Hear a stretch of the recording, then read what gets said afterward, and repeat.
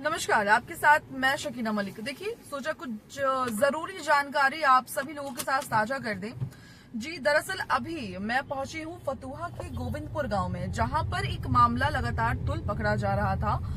वक्फ board वालों की तरफ से यहां पर एक नोटिस जारी की गई थी, जहां पर ये एलिगेशन लगाया गया था कि यहाँ के जो 8 वैसे मकान हैं जो कि अवैध तरीके से कब्जा किया हुआ है, और लोगों से जब मुखातिब हुए तो लोगों का ये कहना था कि उनके जो दावे थे वो ये दावे थे कि मुगली जमाने से ये जमीन उनकी थी। पर जब हमने यहाँ के स्थानीय वार्ड काउंसिलर से बातचीत की और साथ साथ ही हमने यहाँ के पूर्व वार्ड काउंसिलर से बात करने की कोशिश की, लेकिन उनसे बातचीत हो नहीं पाई क्योंकि शायद वो किसी वजह से अभी यहाँ पर मौजूद नहीं थे। लेकिन लोगों ने जो उनके बारे में जानकारी दी, लोगों का ये कहना था कि अवैध तरीके से जमीन कैप्चर करना उनका काम था, और यहाँ पर जो उन्होंने नोटिस जो जारी करवाया था, एक यहाँ पर छोटा सा मजार है और उस मजार को लेकर ही काफी विवाद छिड़ा हुआ था। लोगों का यहाँ तक ये भी कहना है कि उनकी वजह से हिंदू मुस्लिम भी यहाँ पर होना शुरू हो गया। जी हाँ, लोगों ने ये बताया कि यहाँ पर महज 10 से 15 मुसलमान गांव हैं, लेकिन कभी भी ऐसा माहौल नहीं बना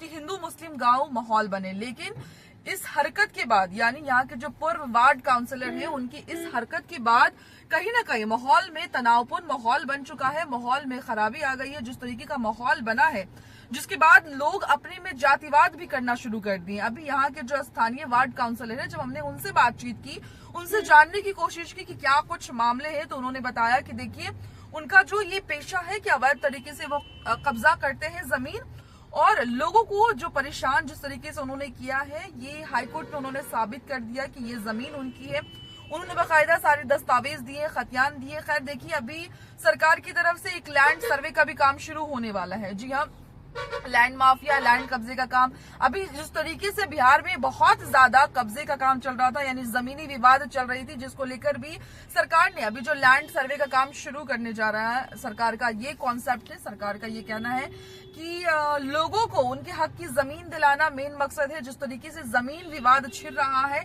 कहीं ना कहीं लोगों को उससे भी निजात दिलवाना है, और इसी वजह से सरकार ये काम का पहल करने जा रही है। देखिए, अगर यहाँ का जो भी मामला है, जिस तरीके से उन्होंने बताया कि कोर्ट ने क्या कुछ कहा, और अब वक्फ बोर्ड जिस तरीके से शर्मिंदा हो रही है इन सारी चीजों में, क्योंकि जो लोग हैं उन लोगों ने सारे यहाँ पर अपने प्रूफ दिए, सारे खतियान दिए। आप मेरे इस विजुअल में भी देख सकते हैं किस तरीके से लोगों से मुखातिब होने के बाद लोगों का क्या कुछ राय रहा, लोगों ने अपने क्या क्या ओपिनियंस रखे। साथ साथ ही देखिए, यहाँ का माहौल कहीं ना कहीं पूरी तरीके से बिगड़ता हुआ नजर आ रहा है। जी हाँ, इनके एक इस कदम से अगर ये गलत साबित है, अगर ये सारी चीजें गलत है, जिस तरीके की नोटिस यहाँ पर आई और उन्होंने जिस तरीके का नोटिस और बोर्ड टांगा, और कहीं ना कहीं यहाँ पर आप देख सकते हैं कि डेवलपमेंट का भी काम रुक गया है। जी हाँ, डेवलपमेंट का काम मैं इसलिए कह रही हूँ क्योंकि इस वीडियो में आप बहुत जगह ये देख रहे होंगे किस तरीके से सड़कें नहीं बनी है, नाला बह रहा है, घर से गंदगी आ रही है।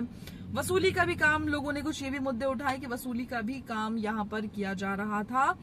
खैर, ये सारी चीजें हैं जो हम लोगों से मुखातिब होने के बाद आप तक जानकारी दे रहे हैं, क्योंकि जो लोगों ने कहा, जो चीजें सत्य है, हमने बस यही कोशिश की कि कहीं ना कहीं आप तक वो जानकारी साझा करें जो आपको मालूम नहीं। क्योंकि जिस तरीके से नोटिस जारी किया गया था, यानी महज 30 दिन का वक्त दिया गया था। देखिए, मकान महज एक मकान नहीं होता, वो सिर्फ एक घर नहीं होता।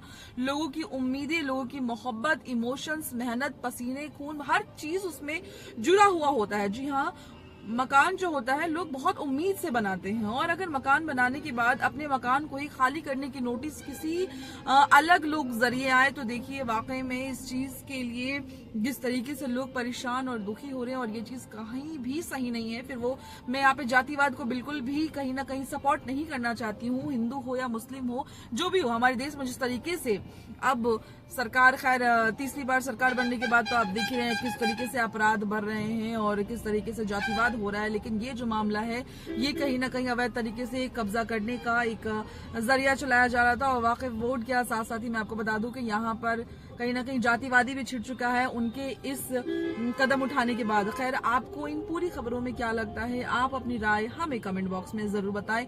तब तक के लिए दें मुझे इजाजत, धन्यवाद।